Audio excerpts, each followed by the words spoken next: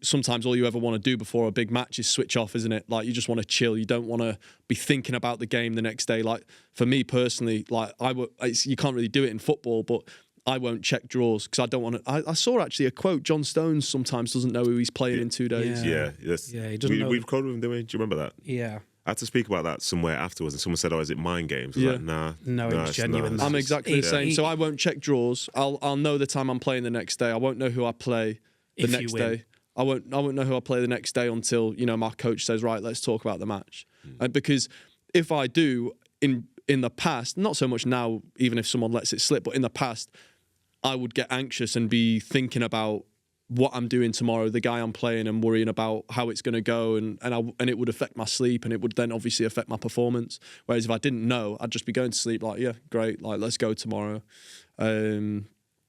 Which again kind of comes from that experience and stuff, I guess. So last year when you beat Casper Ruud, number 4 at the time, your biggest win of your career, you then play Shapovalov in the 4th round, and you're set up.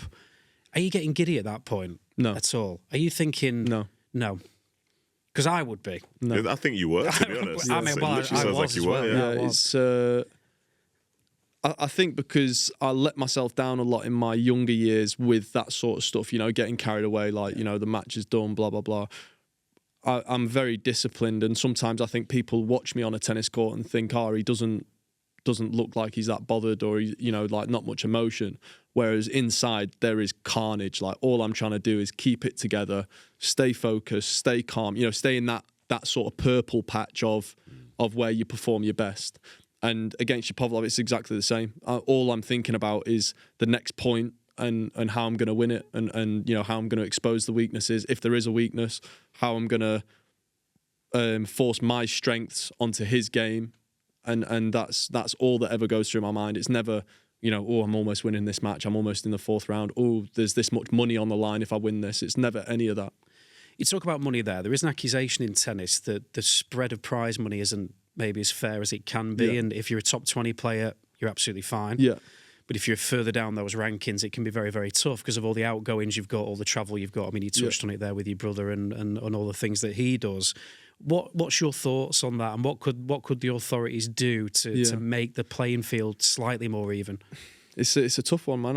You know, we spoke earlier about how cutthroat the rankings in tennis can be. If you're injured, you drop out the rankings. That's the way it is. There's nothing, you know, but that is why the best players are the best players. And you know that we always say the rankings never lie. If a player's ranked where they are, there's a reason why they're there.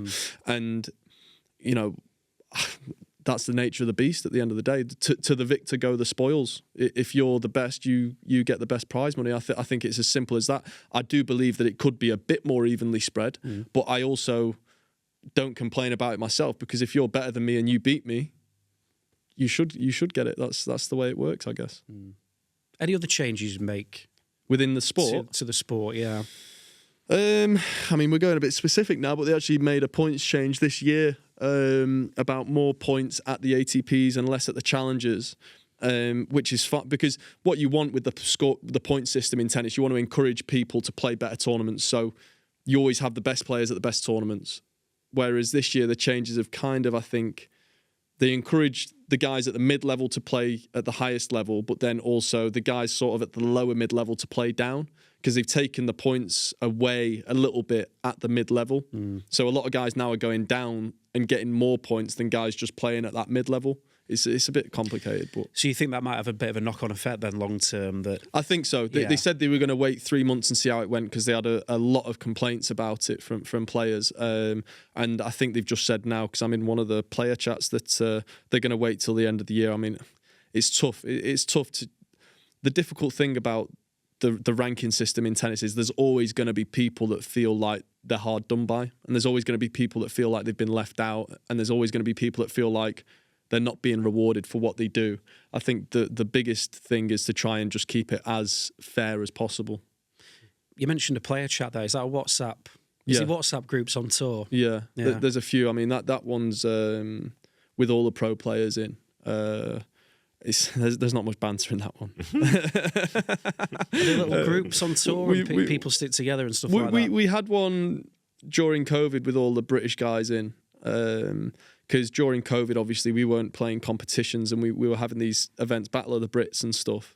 and it got pretty rowdy. Like, I mean, basically, there were no fans other than obviously the players. You had to ball boy yourself as well. Had to ball boy the other players. There were two teams. If you won your match, it's points to your team, not points to the other. I mean, it was like, if you win your match, you get an extra $3,000 for yourself. If your team wins the day, everyone gets an extra $1,000 on the team. It was just like the sickest idea. And like, it just devolved over the course of a week. Like, at first, there wasn't much heckling. And then by the end of the week, it was horrifically personal.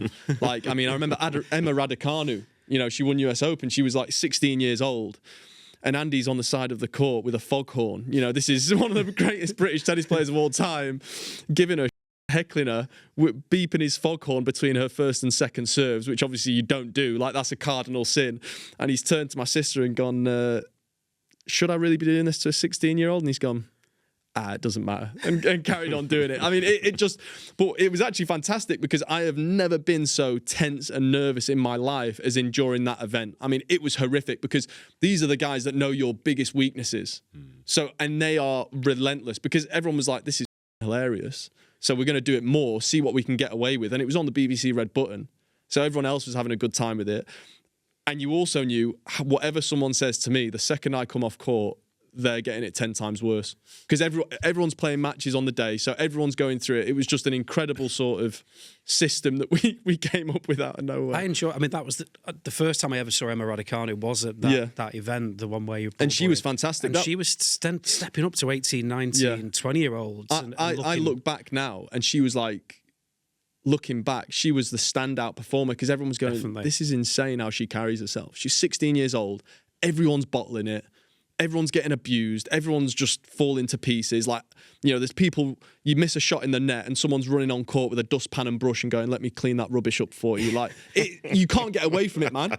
Wild. Like, it's like wow. You've got people on the pitch, like, talking to you the whole time. And she just took it in her stride. And it was a bit like, this is weird how well she's done it. And obviously, I mean, showed why she's got the star quality, I guess.